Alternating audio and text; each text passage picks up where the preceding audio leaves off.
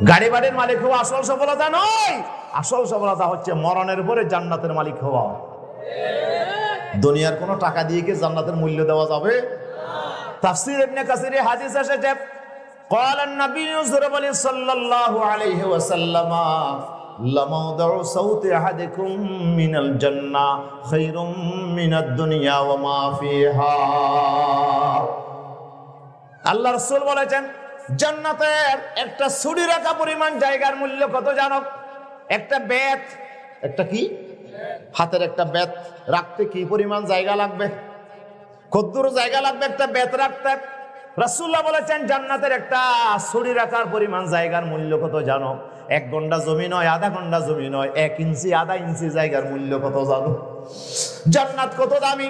আল্লাহ রাসূল বলেছেন আলা ইন্না সালাতুল্লাহি গালিয়া। আল্লাহু আকবার। আলা, সাবধান হয়ে যাও, দুনিয়ার কোন টাকা পয়সা দিয়ে জায়গা জমি দিয়ে জান্নাতের মূল্য দেওয়া যাবে? জান্নাত বড় দামি, জান্নাত বড় মূল্যবান, জান্নাত বড়ই দামি সম্পদ। রাসূল বলেন জান্নাতের একটা আধ ইঞ্চি পরিমাণ জায়গার মূল্য কত জানো? খায়রুম মিনাদ দুনিয়া ওয়া মা ফিহা। সারা দুনিয়া এবং দুনিয়ার মাঝখানে যত সম্পদ আছে, কোটি কোটি টাকার সম্পদ যদি এক পাল্লায় দেওয়া হয়, জান্নাতের আধ ইঞ্চি জায়গার মূল্য হবে না। আল্লাহু আকবার। আল্লাহ রাসূল বলছে যদি তোমরা আমার কথা যদি তোমরা বিশ্বাস না হয় তাহলে কোরআনের আয়াত পড়ো। আল্লাহ বলতেছেন ফামান যুহযিহা আনিন নার ওয়া উদখিলাল জান্নাতা ফাকাদ ফাজ। আল্লাহ বলছে রিকশাওয়ালা, ঠেলা গাড়ি ঠেলনেওয়ালা, শ্রমিক লোকটা, গরিব লোকটা মরার সাথে সাথে আপনার জাহান্নাম থেকে বেঁচে গেল, জান্নাতের মালিক হয়ে গেল। আল্লাহ বলে তার জীবন বড় সফল কাম হয়ে গেছে। আর দুনিয়াতে বড় মন্ত্রী ছিল, মিনিস্টার ছিল, বড় ক্ষমতাধর ব্যক্তি ছিল, প্রেসিডেন্ট ছিল, প্রধানমন্ত্রী ছিল, আপনার ওসি ছিল, এসপি ছিল, ডিসি ছিল, কত বড় বড় পদের অধিকারী ছিল, কিন্তু মরার পরে ধরা খেয়ে গেছে। মরার পরে পুলিশ আল্লাহর ফেরেশতা এসে তাকে ধরে হ্যান্ডকাপ লাগাইয়া আল্লাহ বলে খুযুহু ফাকুল্লুহু সুম্মাল জাহিমা সাল্লুহু। এই ফেরেশতা ধরেকে পাকড়াও কর এবং তার হাতে আর পায়ে বেড়ি লাগাইয়া দাও। আল্লাহু আকবার। আমার কথা না, কোরআনের কথা।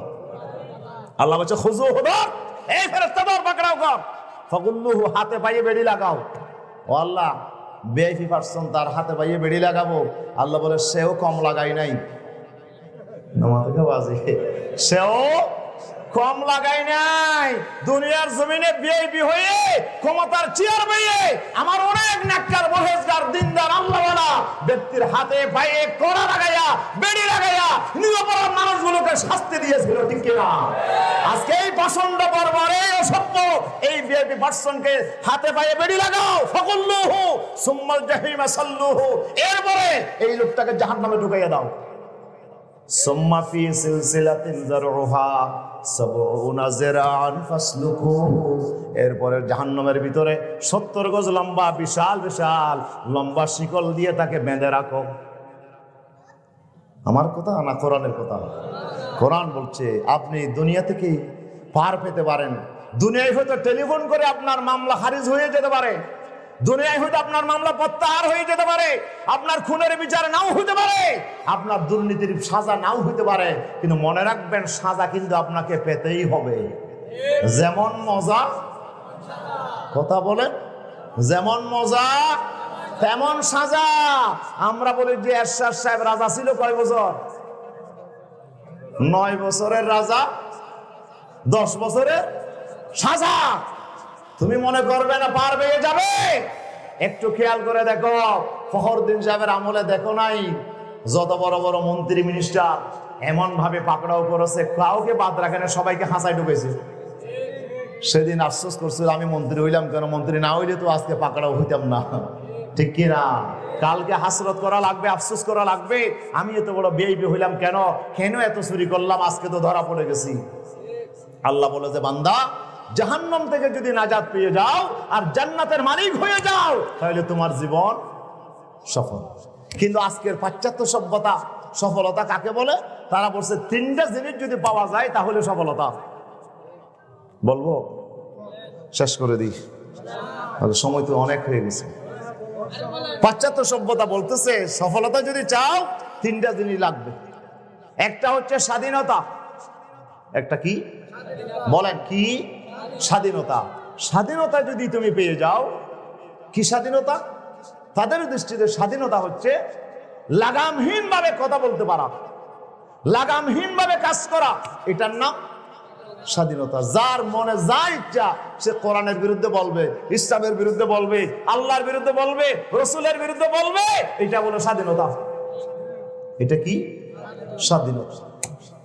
তো এইটার নাম যদি স্বাধীনতা হয়, এইটার নাম যদি উন্নতি হয়, আচ্ছা তাহলে আপনার ছেলে প্রচন্ড ঠান্ডার ভিতরে, খুব ঠান্ডা পড়তেছে, এমন ঠান্ডা, এই ঠান্ডায় ছেলে বলতেছে আমাকে আইসক্রিম খাওয়াও। বাচ্চা কি বলে? আমি আইসক্রিম খাবো। বাবা বলে যে না, ঠান্ডা বেশি পড়তেছে, তুমি আইসক্রিম খাইও না। ছেলে কিন্তু কান্না করতেছে, এই বাবা না না, আমাকে খাওয়াইতে হবে, আমি কি খাবো?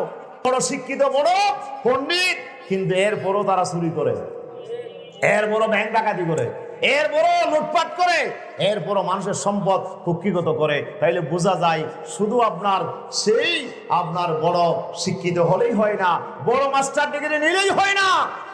প্রিয় উপস্থিতি, শিক্ষার ভিতরে এমন শিক্ষা থাকতে হবে, একজন মানুষকে সত্যিকার মানুষ হওয়ার জন্য সফলতার শিক্ষা ব্যবস্থায় থাকতে হবে, ঠিক কিনা? কিন্তু আজকের শিক্ষা ব্যবস্থায় আমার জাতি আজকে এই শিক্ষা পাচ্ছে না, যার কারণে শিক্ষায় শিক্ষিত হয়ে ওরা আজকে বস্তু জগতে দ্বারা বড় আপনার গাড়ি বাড়ির মালিক হওয়ার জন্য আজকে প্রতিযোগিতায় নেমে গেছে, ঠিক কিনা?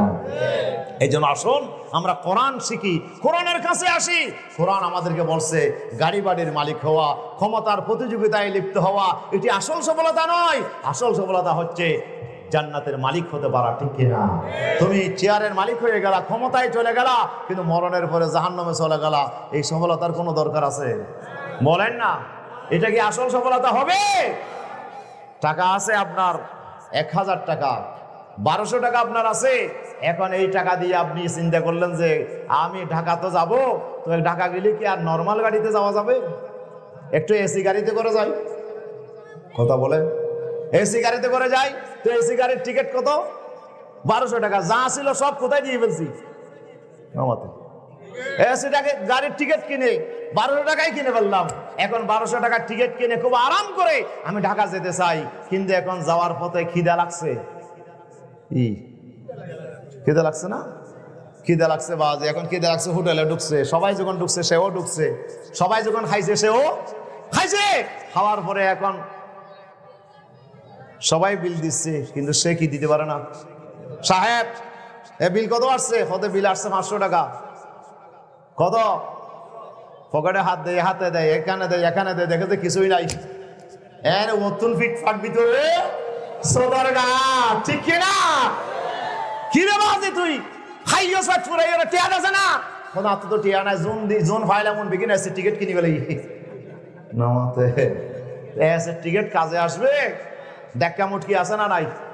এই দৌড়ি ধরে ইধারে মাঝে রাখ, এই কোন বক্তব্য এত বাদি রাখ, ফ্যাট বড়ি খাই কেমন নদীরও দাঁড় করে, ঠিক কিনা? হন যায় বেজত হওয়া লাগবে কিনা? বেজত হওয়া লাগবে কিনা? দেখা মুটকি খাই যদি গাড়ি তুলে এরপরে যাওয়ার পরে হোটেলে থাকারটা ফুসি আছে, ফুটপাতে পরে থাকতে হবে, আসার পয়সা নাই, গাড়ি ভাড়া নাই, খাবার কিছু নাই, এর চাইতে নির্মম অপমান, এর চাইতে বড় লাঞ্ছনা আর কি হতে পারে? প্রিয় উপস্থিতি, কিন্তু 1200 টাকা দিয়ে যদি আমি এসি টিকিট না কিনে, আমি যদি নর্মাল গাড়িতে গিয়ে আমি 500 টাকা 800 টাকা দিয়ে গেলাম, আর 200 টাকা ভালো আপনার আমি পথের মধ্যে খাবার কিনে খাইলাম, আবার আর কিছু টাকা সেগুলো দিয়ে আমি হোটেলে থাকলাম, আমি আবার আসার জন্য ব্যবস্থা করলাম, তাহলে একটু ভালো হয় না? একটু কষ্ট করে গেলেও যদি আমি ওখানে একটু উদ্দেশ্যটা ভালো করে পূরণ করে যদি আসতে পারি, এটাই না চালাকি? তাহলে যে অল্পক্ষণ আরাম করার জন্য বড় চালাকি করেছে, এসি টিকিট কিনলো, তাকে কি আমরা চালাক বলবো? কথা বলেন, তাকে কি চালাক বলবো? এটাকে চালাক বলা যায় না। আমি একটা কথা বলে আমার কথা শেষ করছি। এক বাদশা, তার আপনার কিছু কর্মচারী আছে, একটা কর্মচারী খুব গরিব ঘরের মানুষ, ছেলে আপনার গরিব ঘরের মেয়ে, সে আপনার জীবনও কোনোদিন আরামের বেড বিছানা কোনোদিন পায়নি। বাদশার জন্য আরামের বেড বিছানা যা আছে এগুলো সে রেডি করে, কিন্তু জীবনও কোনোদিন শুয়ে দেখতে পারে নাই কি আরাম। কি আরাম! মনের ভিতর বড় একটা বড় একটা শূন্যতা বিরাজ করছে। একটু যদি সুযোগ পাইতাম বাদশার বিছানায় একটু শুয়ে দেখতাম কি আরাম বাদশা বুক করে, কি আরাম চেয়ারম্যান সাহেব বুক করে, কি আরাম আপনার নেতাজি বুক করে, একটু বুঝতে পারতাম। একদিন সুযোগ হয়ে গেল, বাদশা বলো যে বিছানা রেডি কর, আমি একটু আসতেছি বাইরে থেকে। তো এই চিন্তা করলো যে এই সুযোগে একটু দেখি আরাম করে। ফ্যানও চলতেছে, খুব আরামের বিছান, আপনার এসি রুম সব ছেড়ে দিয়েছে। তারপরে বাদশা আস্তে আস্তে একটু শুয়ে দেখতে গিয়ে বেচারির ঘুম চলে আসছে। কি চলে আসছে? ঘুম চলে আসছে। এমন মজার ঘুমে ধরছে যে বাদশা আধা ঘন্টা পরে এসে দেখে যে বাদশার বিছানায় কে শোয়া? কোনো মতে হাজের বুয়া। হ্যাঁ, বাদশার মাথা ঠিক আছে? মতে মাথা ঠিক আছে? এই কম বক্তব্য আদব, তোর সাহস তো কম না আমার বাড়িতে আমার বিছানায় শুয়োস। এক থাপ্পড় দিয়েছে, এক থাপ্পড়ে ঘুম ভেঙে গেল। দেখে যে বাদশা হাজির। কি রে, কি হইতে কি হয়ে গেল? আমি তো ঘুম যাওয়ার চিন্তা করি নাই, কেমনে ঘুম চলে আসলো আমি তো বুঝতেও পারলাম না, এখন তো ধরা পড়ে গেলাম, ঠিক কিনা?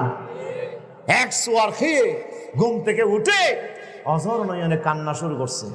বাদশা বলে যে বেশি ন হাদিস, তুই যে অপরাধ বুঝছস সোয়ার উগ্র দিয়ে দে, আবার হাদিলে আবার দিব, ঠিক কিনা?